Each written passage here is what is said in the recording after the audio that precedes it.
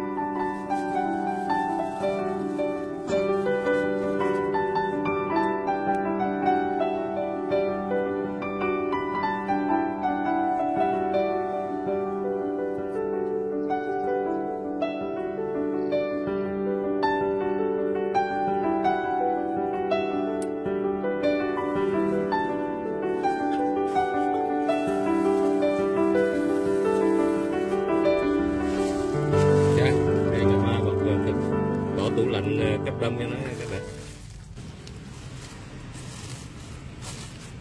Rồi.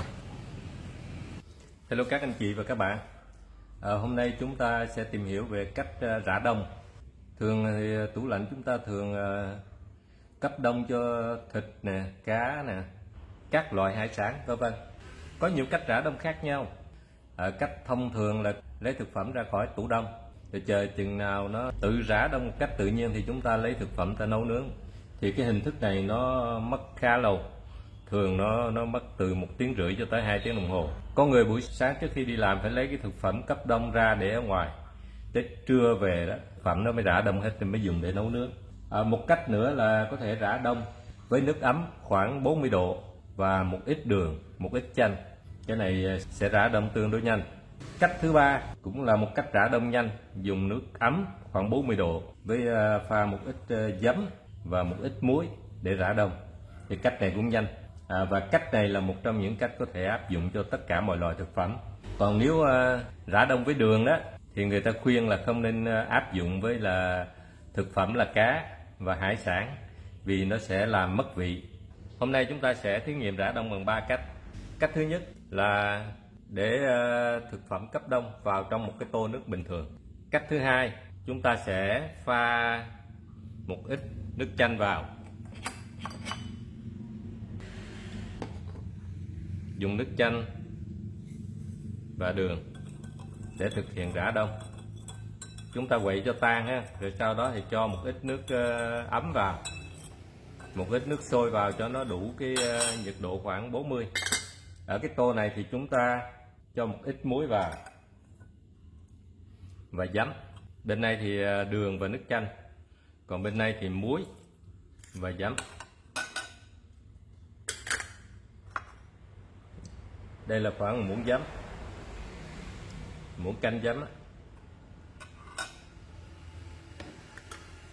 Rồi chúng ta quậy cho tan.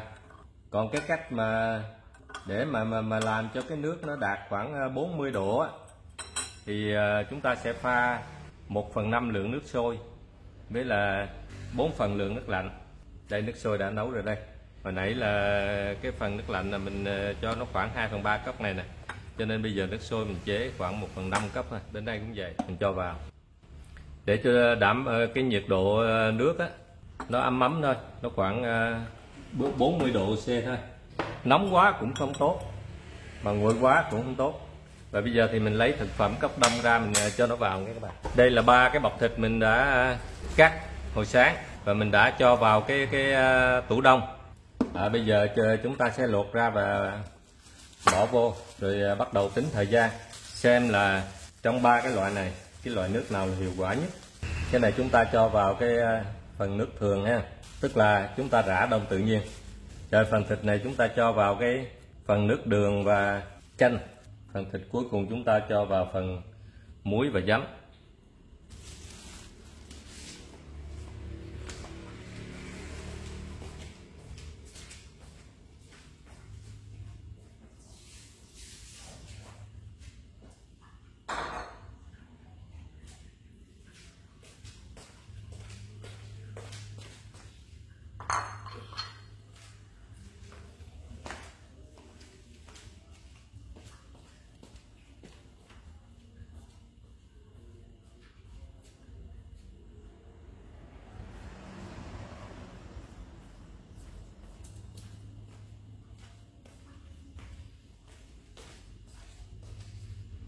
Cái phần mà rã đông tự nhiên này nè, đó là thông thường người ta dự kiến là khoảng 1,5 tiếng cho đến 2 tiếng nó mới rã đông hoàn toàn.